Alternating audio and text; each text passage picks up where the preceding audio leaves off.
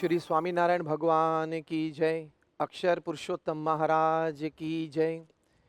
राधा कृष्ण देव की जय। सियावर रामचंद्र भगवान की जय। उमापति महादेव की जय। प्रमुख स्वामी महाराज की जय। महंत स्वामी महाराज की जय। प्रमुख स्वामी महाराज शताब्दी महोत्सव की जय। आज की बात का विषय है टाइम मैनेजमेंट, मतलब समय प्रबंधन। अगर समय की दृष्टि से हम देखें, समय की उपलब्धि की दृष्टि से हम देखें, तो भगवान ने हम सभी को काफी समय दिया है। हम अगर सोचें तो बचपन से लेकर बुढ़ापे तक हमारे पास सामान्यतः 60, 70, 80 साल है। मतलब हमारे पास हजारों दिन है। हर दिन में 24 घंटे हैं। तो हमारे पास समय तो काफी है। भगवान ने बहुत समझदारी से हमें यह समय दिया है। लेकिन मनुष्य का यह कर्तव्य बनता है कि हम इस समय का सही उपयोग करें। अगर हमने अपने जीवन में समय का सही उपयोग किया तो हमें जीवन में संतोष प्राप्त होता है, सफलता भी मिलती है और शांति भी प्राप्त होती है। समय का सही उपयोग करना वो मनुष्य का कर्तव्य है। तो ये बहुत अगत्य का विषय है। कहीं बड़े बड़े विचारकों ने, मैनेजमेंट गुरुज ने ये टाइम मैनेजमेंट के बारे में कहीं बातें लिखी है। क्योंकि व्यक्तिगत जीवन में, पारिवारिक जीवन में, व्यावसायिक जीवन में, सामाजिक जीवन में समय का प्रबंधन करना वो अति आवश्यक है। वरना समय तो ऐसे ही बीत जाएगा। तो टाइम मैनेजमेंट के बारे में कहीं बातें लिखी गई हैं। उसमें से एक सुप्रसिद्ध बात, बहुत अच्छा पुस्तक जिसका शीर्षक है 15 secrets that successful people know about time management. Kevin cruise इस पुस्तक के लेखक हैं। केविन क्रूज फोर्ब्स कंट्रीब्यूटर हैं, New York times best seller author भी रहे हैं, इंक 500 के पारितोषिक विजेता भी रहे हैं। वे खुद कई दशकों तक मल्टीनेशनल कंपनीज में सीईओ भी रह चुके हैं। एक शौक था तो जर्नलिस्ट भी थे। तो उन्होंने ये पुस्तक लिखा है कि ये 15 रहस्य अति सफल व्यक्ति समय प्रबंधन के बारे में जानते हैं। बहुत खूब बातें उन्होंने बड़ा अच्छा संशोधन करते हुए इस पुस्तक में लिखा है। आपको जान के ताजुब होगा कि केविन क्रूज ने बड़ा अच्छा सर्वे किया। 9 से ज्यादा सेल्फ मेड बिलियनर्स को वे मिले। 13 से ज्यादा ओलंपिक एथलीट्स जिन्होंने गोल्ड मेडल या सिल्वर मेडल, ब्रॉन्ज मेडल प्राप्त किया था, उन सभी को भी वे मिले। 29 से ज्यादा स्ट्रेट ए स्टूडेंट्स को मिले। मतलब प्राइमरी स्कूल से लेके बिजनेस स्कूल्स तक उनकी एकेडमिक करियर में वे लोग स्ट्रेट्स ए उन्होंने प्राप्त किए। वे लिखते हैं कि 239 एंटरप्रेन्योर्स को भी वे मिले। इन सभी को मिलने का मकसद उनका एक ही था कि इन लोगों ने अपने जीवन में अपनी करियर आगे बढ़ाने के लिए, अपनी करियर में सफलता प्राप्त करने के लिए टाइम मैनेजमेंट की दृष्टि से किस प्रकार के सिद्धांत अपनाए, ये समय प्रबंधन की दृष्टि से किस प्रकार का आयोजन किया और इससे उनको क्या लाभ प्राप्त हुआ।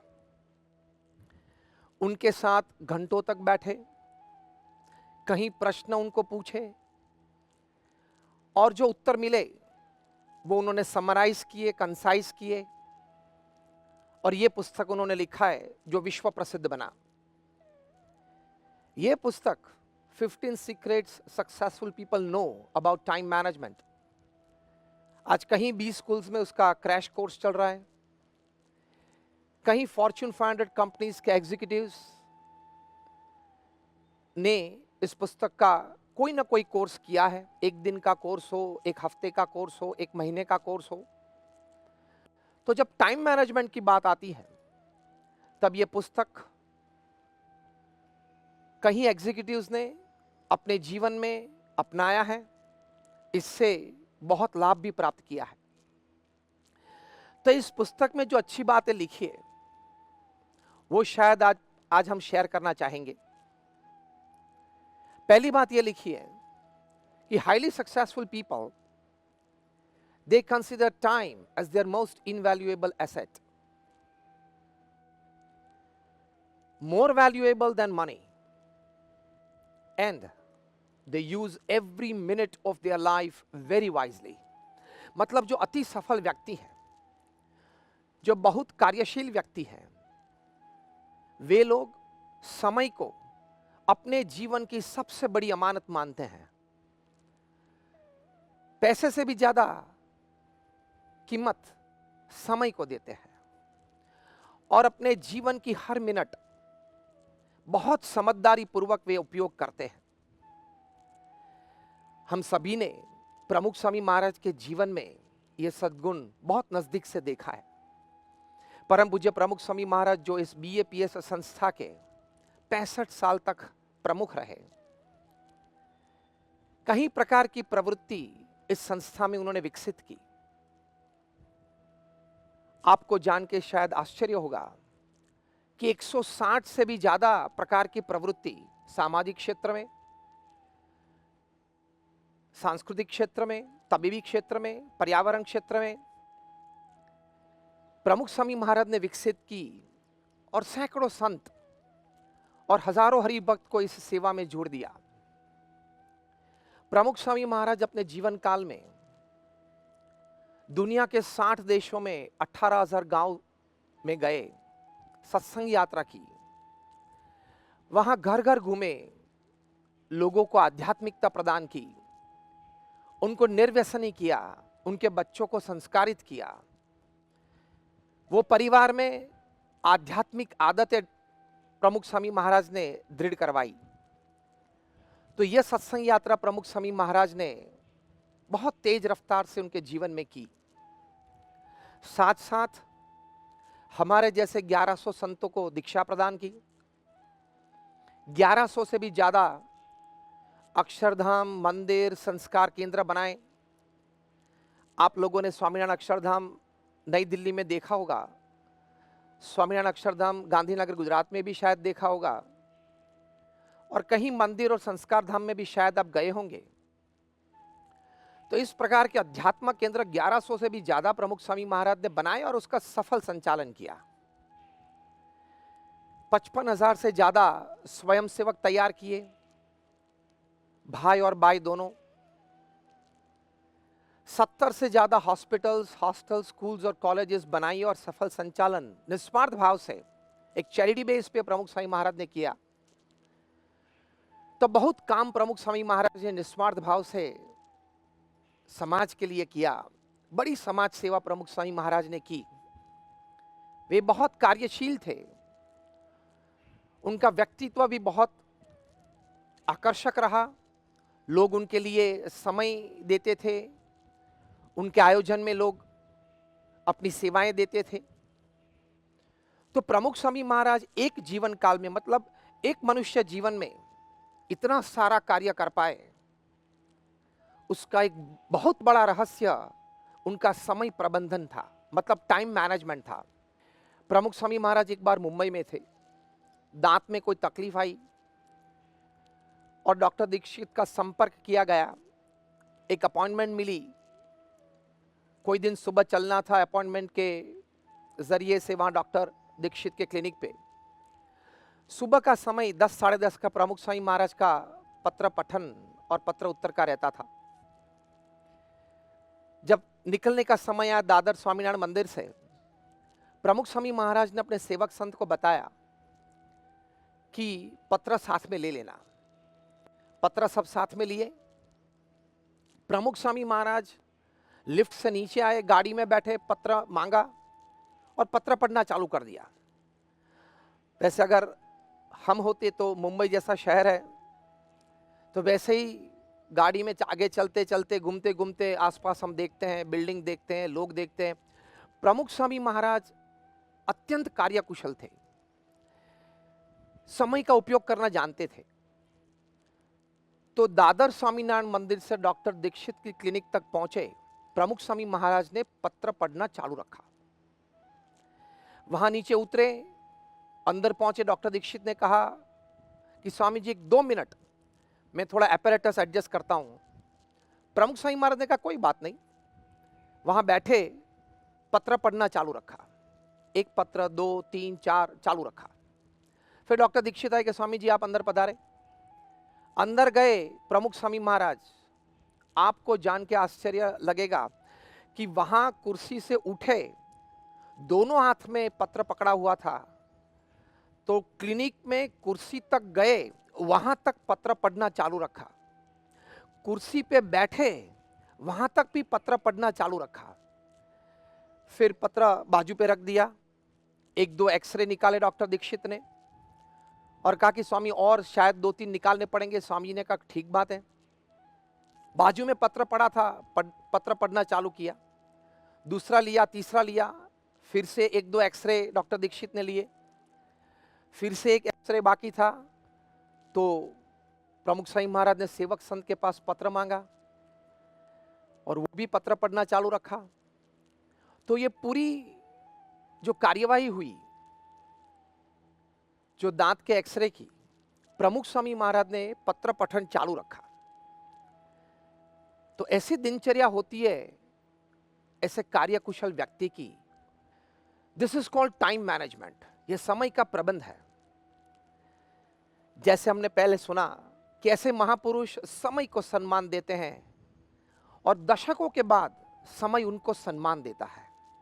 उनके जीवन में कई प्रकार की सफलता, कई प्रकार की समृद्धि यह समय लेके आता है। प्रमुख स्वामी महाराज एक बार बड़ौदा में थे, गुजरात में। सुबह में व्यक्तिगत मुलाकात पूरी हुई। उसके बाद 2 संत और 2-3 कार्यकर्ता प्रमुख स्वामी महाराज को मिले कि स्वामी आज शाम को जो हमारी सत्संग सभा है उसमें बच्चों और युवाओं का कोई सांस्कृतिक कार्यक्रम है। प्रमुख स्वामी महाराज तुरंत ही समझ गए। सीधा प्रश्न पूछा कि मैं कितने समय पे वहां मंच पे आ जाऊं, आपकी अपेक्षा क्या है? तब कोई बोले उससे पहले ही फिर से वही बोले कि अगर मैं 7 बजे शाम को ठीक वहां पे आ जाऊं तो ठीक है।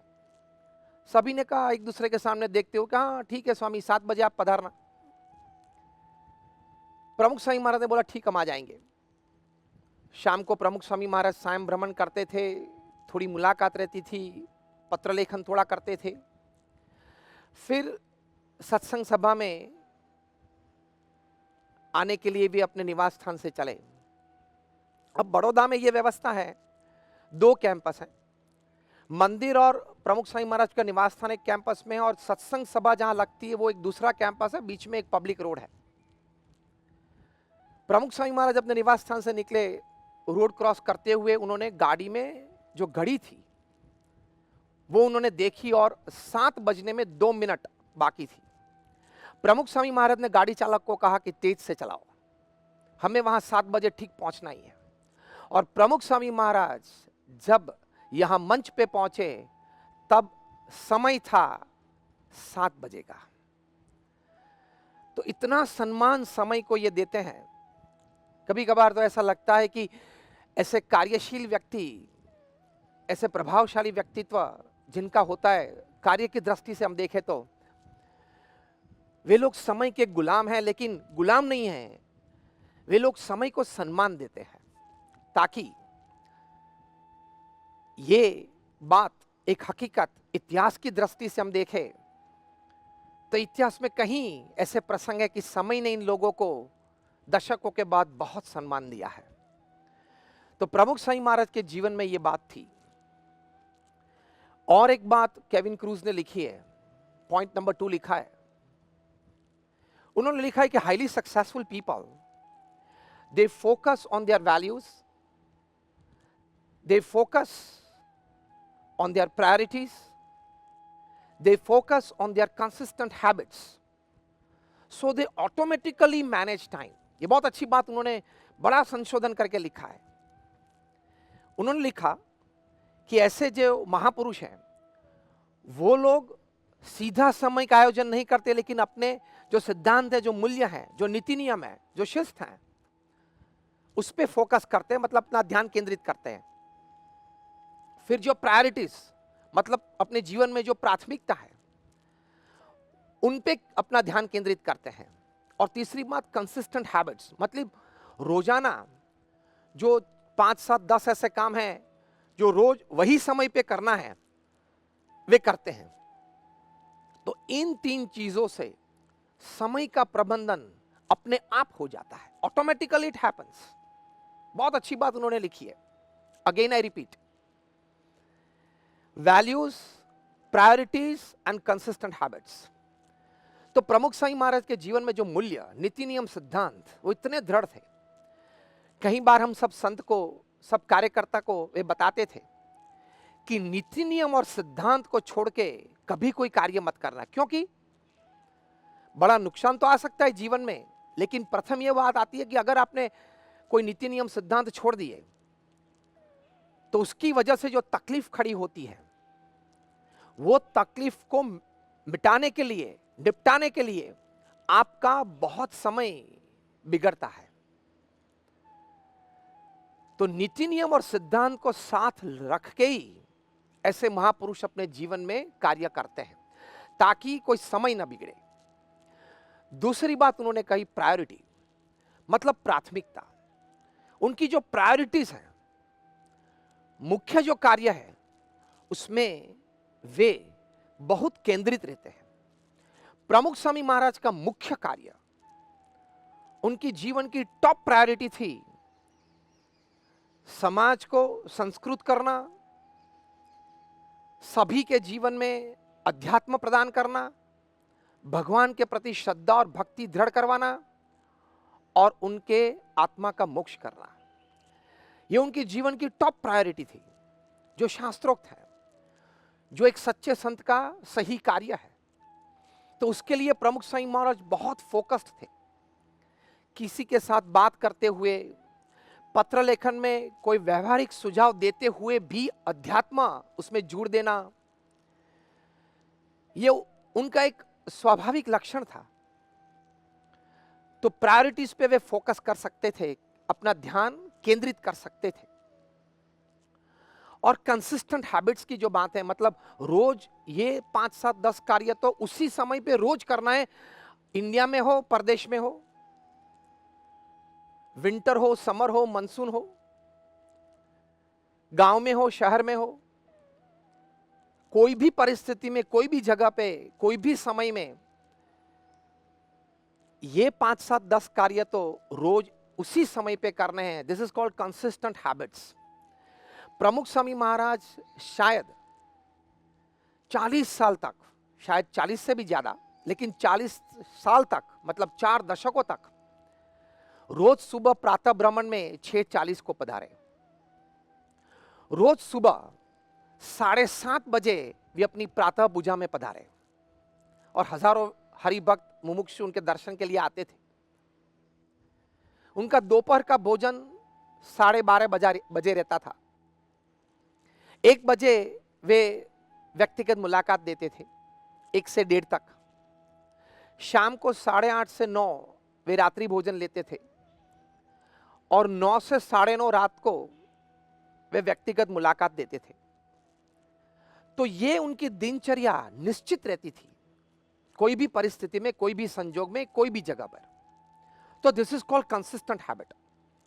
तो केविन क्रूज लिखते हैं कि अगर ये 3 आदतें आपने अपने जीवन में दृढ़ करी, values, priority and consistent habit, तो क्या लिखते हैं वे? It gives you high productivity. मतलब आपके जीवन में कहीं सफलता ये आदतें आपको दे सकती है।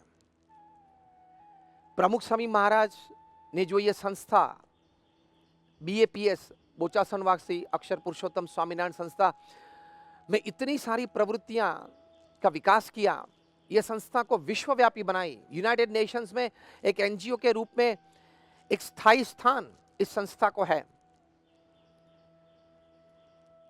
तो ये संस्था को विश्वव्यापी प्रमुख स्वामी महाराज ने बनाई, उसके पीछे ये एक बहुत बड़ा सीक्रेट मतलब रहस्य, ये 3 बातें थी। तो ये प्रमुख स्वामी महाराज का जीवन में एक समय आयोजन की दृष्टि से ग्रहण करने योग्य सद्गुण है। ऐसे महापुरुषों के जीवन में ये बात मिलती है। बहुत फोकस रहे वे। प्रमुख स्वामी महाराज बड़ौदा में थे। बड़ौदा के नजदीकी बोडेली में जो एक आदिवासी विस्तार है, वहां एक बड़ा मंदिर बन रहा था। वहां से हमारे स्थानिक मुख्य व्यवस्थापक संत पूज्य दिव्य स्वरूप स्वामी और पूज्य परम नयन स्वामी यहां बड़ौदा प्रमुख स्वामी महाराज को रिपोर्ट देने के लिए पधारे। प्रमुख स्वामी महाराज को 15-20 मिनट तक पूरी कार्यवाही कैसी चल रही है सभी बातें की, लेकिन इस 15 मिनट में प्रमुख स्वामी महाराज ने करीबन 3 या 4 बार बार दोहराया कि आप सबकी बात ठीक है, पूरा परिसर अच्छा बनेगा, लेकिन जो मुख्य मंदिर है पत्थर का, उसमें प्रतिष्ठा के दिन एक भी काम, छोटे से छोटा काम भी बाकी नहीं रहना चाहिए। ये संत रिपोर्टिंग करते वक्त बोलते थे, हाँ जी स्वामी जरूर ध्यान रखेंगे, फिर परिसर में ये संत निवास बनने वाला है, ये रसोई घर बनने वाला है, ये सभी बातें करते थे। फिर से बीच में प्रमुख स्वामी महाराज यही बोलते थे, दिस इज कॉल्ड फोकस, ध्यान केंद्रित रखना। यही बात दोहराते थे कि मुख्य मंदिर में प्रतिष्ठा के दिन एक भी काम बाकी नहीं रहना चाहिए। ये उनकी एक साहजिक प्रकृति थी। तो they remain focused because of priorities, consistent habits and values in their life. ये एक हकीकत है, उनके जीवन की एक वास्तविकता है। तीसरी एक बात केविन क्रूज लिखते हैं कि ऐसे महापुरुष, अति कार्य कौशल व्यक्ति, वे अपने जीवन में कभी समय नहीं बिगाड़ते हैं। और अगर आपने अपना समय ऐसे ही फिजूल बिगाड़ दिया तो अभी तो शायद आपको ज्यादा उसकी असर महसूस नहीं होगी, लेकिन बुढ़ापे में जब आप बैठे होंगे अकेले, अपने पूरे जीवन को तराजू पे रखते होंगे, अपने कोई मित्र जो आपके साथ थे, युवान अवस्था में अपना समय का सही उपयोग करके,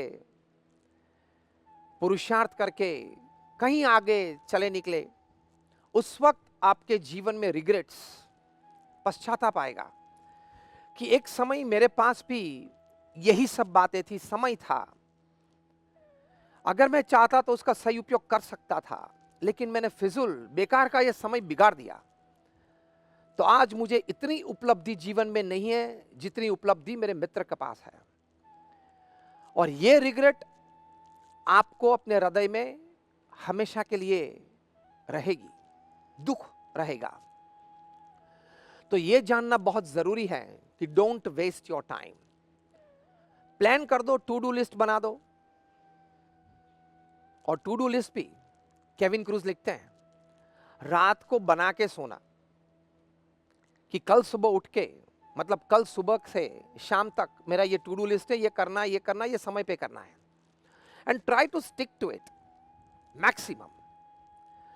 तो शाम तक कहीं काम निपट जाएंगे, आपको भी संतोष और आनंद आएगा कि कुछ अच्छा काम हुआ। तो इससे बहुत बड़ा लाभ मिलता है। एक और अच्छी बात केविन क्रूज लिखते हैं, वे लिखते हैं कि brief hurdles during the day can save you from long meetings, can reduce your emails and can cut on your meeting times and energise and unite your team. बहुत अच्छी बात है ये। मतलब कि जो मुख्य व्यक्ति है, उनके नीचे पूरी टीम होती है, लेकिन मुख्य व्यक्ति के मन में जिस वक्त जो विचार आया, कार्य संबंधी, कोई सुझाव संबंधी, तो वे लोग की ये आदत होती है कि उसी वक्त उस पे वे एक्ट कर लेते हैं और छोटी छोटी बातें आगे बढ़ाते रहते हैं, जिसको जो सूचन करना है कर लेते हैं। ऐसे ही घूमते घूमते बाहर निकले और कोई व्यक्ति सामने आए, उसको कुछ कहना है, वहीं कह देते हैं। ऐसा नहीं कि जब मीटिंग होगी तब कहेंगे, नोट कर लेते हैं। तो वो याद रखने में, नोट करने में, मीटिंग के वक्त फिर से दोहराने में कहीं समय बिगड़ता है। यहां तक कि प्रिसाइज प्लानिंग ऐसे महापुरुषों के जीवन में साहजिक होती है। प्रमुख स्वामी महाराज के जीवन में यह आदत थी, ब्रीफ हडल्स, मतलब तुरंत ही कोई छोटी सी भी बात हो कह देना, कार्य आगे बढ़ा देना, सुझाव कर देना, वहां मीटिंग चालू करवा देना। प्रमुख स्वामी महाराज एक बार मुंबई में थे, ऐसे ही भोजन ले रहे थे, हम सब संत साथ में सामने बैठे थे। प्रसंग ऐसा बना था पिछले 10-15 दिन में कि हमारे पूज्य विवेक जीवन स्वामी ने हिंदुइज्म पुस्तक लिखा था, उस पुस्तक का लॉन्चिंग प्रोग्राम हमने वहां मुंबई में रखा था और 6-7 जगह पे हुआ था। उसका रिपोर्टिंग हम सब संत कर रहे थे प्रमुख स्वामी महाराज को। प्रमुख स्वामी महाराज को यह आदत थी कि अपने भोजन के वक्त वे स्थानिक प्रवृत्ति का रिपोर्ट ले लेते थे। कोई बच्चे हो, युवा हो, उनका कोई प्रेजेंटेशन सुन लेते थे, या कोई नया प्रकाशन हो, वो कोई संत पढ़े तो सुन लेते थे। Optimum use of time. तो प्रमुख स्वामी महाराज भोजन ले रहे थे, हम लोग रिपोर्टिंग कर रहे थे। उसमें अलग अलग विस्तार में जो कुछ भी लॉन्च प्रोग्राम हुआ, महानुभाव पधारे, उसके जो वीडियोस बने थे, स्लाइड शो बना था, वो सब प्रमुख स्वामी महाराज को दिखाया और महानुभाव क्या बोले, क्या प्रतिभाव था, क्या अभिप्राय लिखा, ये सभी पढ़ के प्रमुख स्वामी महाराज को सुनाया। जैसे ये रिपोर्टिंग पूरा हुआ, प्रमुख स्वामी महाराज के मन में 2-3 बातें थी, वो उन्होंने पूछी। भोजन पूरा हुआ, अपने सेवक संत को बुलाया और प्रमुख स्वामी महाराज ने कहा कि पूज्य ईश्वर चरण स्वामी को फोन लगाओ और मुझे बात करनी है। वहीं से फोन लगाया प्रमुख स्वामी महाराज ने पूज्य ईश्वर चरण स्वामी को कहा कि हिंदुइज्म जो पुस्तक विवेक जीवन स्वामी ने लिखा है वो बहुत अच्छा है और बहुत अच्छी बातें भारतीय संस्कृति, हिंदू संस्कृति के बारे में लिखी है। तो क्यों न ऐसा कहा जाए और ऐसा किया जाए कि इसी पुस्तक के कुछ कोर्सेज हम इस प्रकार से डिजाइन करें कि प्रदेश में जो हमारे युवा हैं, जो नियमित रूप में हमारे सत्संग में युवा मंडल में आते हैं, उनके लिए हम डिजाइन करें और उनको ये मार्गदर्शन मिले, प्रेरणा मिले, ये ज्ञान भी मिले। मुझे ईश्वर चरण स्वामी ने कहा, हाँ स्वामी जरूर, अच्छी तरह से ये कोर्स डिजाइन कर देंगे। तो देखो ये बात होती है, एक ब्रीफ हडल, एक विचार आया, एक अच्छी बात मन में आई, वो अपने कार्य के लिए, कार्य की प्रगति के लिए तुरंत ही वो सुझाव जो व्यक्ति योग्य है उनको कर देना, तो एक बात चालू हो जाती है, वहां मीटिंग एक चालू हो जाती है। एक अच्छा शब्द प्रयोग केविन क्रूज ने किया, यूनाइट्स द टीम। मतलब अहमदाबाद में जो हमारी वर्किंग टीम है, उनकी तुरंत मीटिंग पूज्य ईश्वर चरण स्वामी ने बुलाई और विमर्श किया और ये कोर्स डिजाइन हो गया। तो कितना समय बचा। तो समय के आयोजन की ये बात होती है जो प्रमुख स्वामी महाराज के जीवन में थी और निश्चित रूप ने हमने नजदीक से वो देखी है। एक और बात केविन क्रूज लिखते हैं कि highly successful people they calibrate their calendar. To do list तो वे बनाते ही हैं, लेकिन कैलेंडर्स भी ब्लॉक करते हैं। वे लिखते हैं कि calendar planning can relieve you of your stress and can give you high intellectual focus. प्रमुख स्वामी महाराज के जीवन में सिर्फ दिनचर्या निश्चित नहीं रहती थी, उनके कैलेंडर्स भी अच्छे प्लान किए हुए होते थे। जैसे 2 महीने 3 महीने का प्लानिंग अच्छी तरह से रहता था। प्रमुख स्वामी महाराज तो उससे भी आगे थे, जीवन के समय का भी उन्होंने बहुत अच्छा प्लानिंग किया था। 1971 की साल में वे गुरुपद पे आए। उस वक्त प्रमुख स्वामी महाराज की आयु थी 51 साल की। अब नॉर्मली इस आयु में तो लोग रिटायरमेंट की सोचते हैं, लेकिन प्रमुख स्वामी महाराज की एक लौकिक दृष्टि से देखें तो 51 साल की आयु में ही उनकी करियर की शुरुआत हुई। वे जानते थे कि उनके पास समय की मर्यादा है, मनुष्य शरीर की मतलब शारीरिक शक्ति की मर्यादाएं होती हैं। तो उनके पास 15-20 साल हैं वे सत्संग यात्रा के लिए। तो उन्होंने प्रथम काम ये किया 1971 से लेके 1981 तक 85 तक प्रमुख स्वामी महाराज ने सत्संग यात्रा की। दुनिया के 60 देशों में 18,000 गांव में वे घूमे, घर घर गए, 3.5 लाख घर, ऑफिस, फैक्ट्री, शॉप में वे गए। वे जानते थे कि 1981 से 1991 तक बड़े बड़े महोत्सव इतिहास की तवारीख की दृष्टि से इस संप्रदाय में हमें मनाने हैं, तो उसके लिए स्वयं सेवक की जरूरत पड़ेगी और रिसोर्सेस की जरूरत पड़ेगी। तो इसलिए वे घर घर गए, एक संस्कारित समाज तैयार हुआ, एक निष्ठावान समाज तैयार हुआ। वे सभी स्वयं सेवक के रूप में इस बड़े उत्सव में उन्होंने सेवा दी। और यह उत्सव जो प्रमुख स्वामी महाराज ने बड़े मनाए, उससे आम समाज में भी प्रमुख स्वामी महाराज के प्रति, इस संप्रदाय के सिद्धांत और संस्कृति के प्रति, इस संप्रदाय की कार्यवाही के प्रति लोगों को एक अच्छा लगाव हुआ। और 1991 शायद 1992 से प्रमुख स्वामी महाराज ने उपासना प्रवर्तन का जो मुख्य कार्य है मंदिर निर्माण का, वो पूरे जोश में चलाया और 70% से ज्यादा मंदिर प्रमुख स्वामी महाराज ने अपने जीवन में पिछले अंतिम 20 साल में बनाए। तो बहुत अच्छा समय का आयोजन उन्होंने अपने जीवन में किया। एक और बात केविन क्रूज ने लिखी है कि such successful people they are very good at multitasking, मतलब बहु कार्य में वे लोग कुशल होते हैं, एक ही समय पे 2-3 कार्य कर सकते हैं। आपको जान के आश्चर्य लगेगा कि प्रमुख स्वामी महाराज के जीवन के कई प्रसंग ऐसे हैं। मुंबई में एक बार थे, प्रमुख स्वामी महाराज पत्र लिख रहे थे, उसी वक्त लंदन से एक फोन आया। उस हरिभक्त को कोई अर्जेंसी थी, सेवक संत ने प्रमुख स्वामी महाराज को फोन दिया। फोन हाथ में लिया, प्रमुख स्वामी महाराज उस हरिभक्त के साथ बात करते थे। बात करते करते प्रमुख स्वामी महाराज ने पत्र में उत्तर लिखना चालू रखा।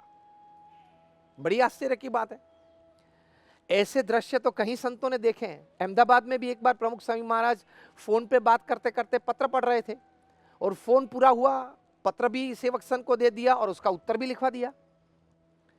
तो मल्टीटास्किंग आज के मैनेजमेंट में बहुत महत्वपूर्ण स्थान, मैनेजमेंट सिस्टम्स में, एडमिनिस्ट्रेटिव प्रोसीजर्स में, पर्सनल ग्रोथ में उसका है। तो मल्टीटास्किंग से बहुत समय आपका आप बचा सकते हैं। तो ये भी एक बड़े महापुरुषों के जीवन में हमें देखने को मिलता है। प्रमुख स्वामी महाराज सत्संग सभा में जब बैठते थे, इसके साक्षी तो हजारों लोग हैं कि अन्य कोई कार्यक्रम चलता हो, वे पत्र लेखन उनका चालू रखे, फिर भी उनका एक ध्यान क्या प्रसंग चल रहा है, क्या बातें हो रही है, क्या कुछ कीर्तन चल रहा है, उसमें भी रहता था। और उसमें अगर कोई भूल आई तो प्रमुख स्वामी महाराज तुरंत वो भूल बता सकते थे, या कोई ऐसी बात आई तो उस बात को जब सभा के अंत में अपना प्रवचन हो, मतलब उनके आशीर्वाद हो, आशीर्वचन में वे बात वे कर सकते थे। मतलब मल्टीटास्किंग में भी वो मेंटली बहुत फोकस्ड और कॉन्सेंट्रेटेड रहते थे। तो ये भी महापुरुषों के जीवन की एक बड़ी बात होती है।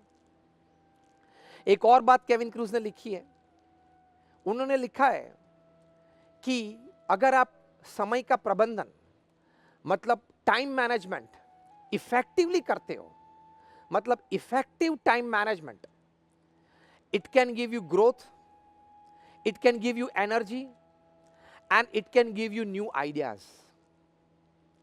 क्योंकि आप समय में अच्छी तरह से आयोजित हो तो शक्ति भी कंजर्व होती है, अच्छे विचार भी आपको आ सकते हैं और आप ग्रोथ मतलब विकास की ओर भी अच्छी तेज रफ्तार से आप दौड़ सकते हो।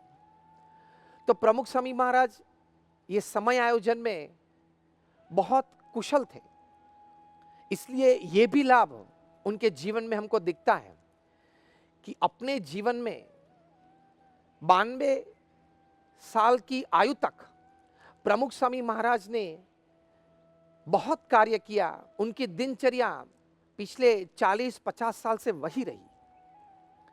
तो इतनी बड़ी आयु में इतनी श्रद्धा से पूरे दिन में सभी प्रकार के कार्य को निपटाते जाना, और शाम को पूर्ण संतोष के साथ दिन पूरा करना, वो एक अजीब सी कामयाबी ऐसे महापुरुषों के जीवन में दिखती है, और ये उनके जीवन में था। एक बात ये भी केविन क्रूज ने लिखा है, उन्होंने कहा है कि ऐसे महापुरुष समय के बारे में ये भी जानते हैं कि कोई बड़ा प्रोजेक्ट हो, कोई बड़ा परिणाम हासिल करना हो, तो वहां तक पहुंचने में इतना समय तो मुझे जरूरी चाहिए, इतना समय तो निकल जाएगा। वो महीने भी होते हैं, सालों भी होते हैं। तो उस समय के दौरान वे स्थिर रह सकते हैं, धैर्य रख सकते हैं, लेकिन ध्यान केंद्रित रख सकते हैं। दिल्ली में जो प्रमुख स्वामी महाराज ने स्वामीनारायण अक्षरधाम का निर्माण किया, शायद आपको बहुत ताज्जुब लगेगा कि प्रमुख स्वामी महाराज ने उस स्वामीनारायण अक्षरधाम की जमीन के लिए 33 साल तक प्रमुख स्वामी महाराज ने इंतजार किया। 33 साल तक धैर्य बनाए रखा, विचार स्थिर रखा और पूरे फोकस रहे कि करना ही है। तो केविन क्रूज ये लिखते हैं कि ये भी एक टाइम मैनेजमेंट है, वरना उस समय में आप आलसी हो जाते हो, मतलब प्रोक्रेस्टिनेशन आ जाता है कि चलो जब होगा तब होगा, अभी तो बैठे हैं, कुछ ऐसी अपॉर्चुनिटी मिलेगी तब दौड़ेंगे, लेकिन अभी तो कोई अपॉर्चुनिटी दिखती नहीं है तो क्या करें। ऐसा नहीं, उस पे भी फोकस रहते हैं और रूटीन दिनचर्या भी चलती रहती है। तो केविन क्रूज ने यह लिखा है कि यह समझदारी भी महापुरुषों के जीवन में समय के प्रबंधन की दृष्टि से होती है। तो प्रमुख स्वामी महाराज ने यह इंतजार किया, लेकिन फल इच्छित प्राप्त किया। उनको जिस प्रकार का स्वामीनारायण अक्षरधाम का निर्माण उनके मन में था वो किया। उस वक्त सोमपुरा थे जो डिजाइनर्स थे अक्षरधाम के, उन्होंने बताया कि स्वामी आपके मन में जो प्रकल्प है वो वास्तविकता में परिवर्तित करने के लिए हमें 35 साल चाहिए। प्रमुख स्वामी महाराज ने कहा नहीं, हमें 5 साल में ये चाहिए। केविन क्रूज ने ये भी लिखा है, such successful people, they decide the time of their project, they stick to the time and generate the resources to finish the project in time।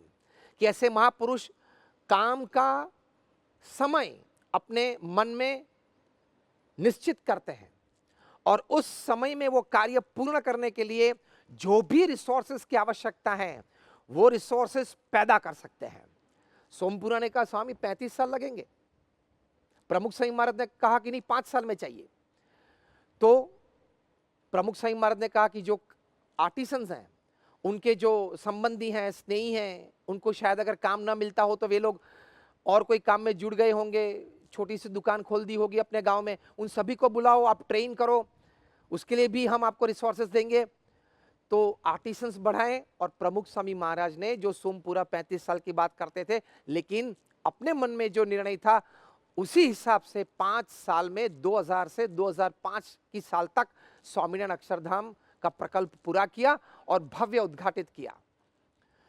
तो ये टाइम मैनेजमेंट है। कहीं ऐसी अच्छी बातें ये पुस्तक में लिखी हैं, ऐसे महापुरुषों के जीवन में हमें ये बातें दिखती हैं और प्रमुख स्वामी महाराज के जीवन में से ये सीख भी हम जरूर सीखना चाहेंगे। उनके जीवन में जो समय का प्रबंधन था, ऐसा समय का प्रबंधन हमारे जीवन में भी आए, ऐसी प्रार्थना हम भगवान स्वामीनारायण के चरणों में करते हैं। આવી વધુ કથા સાંભળવા શ્રવણમાલા ચેનલને સબસ્ક્રાઇબ કરો।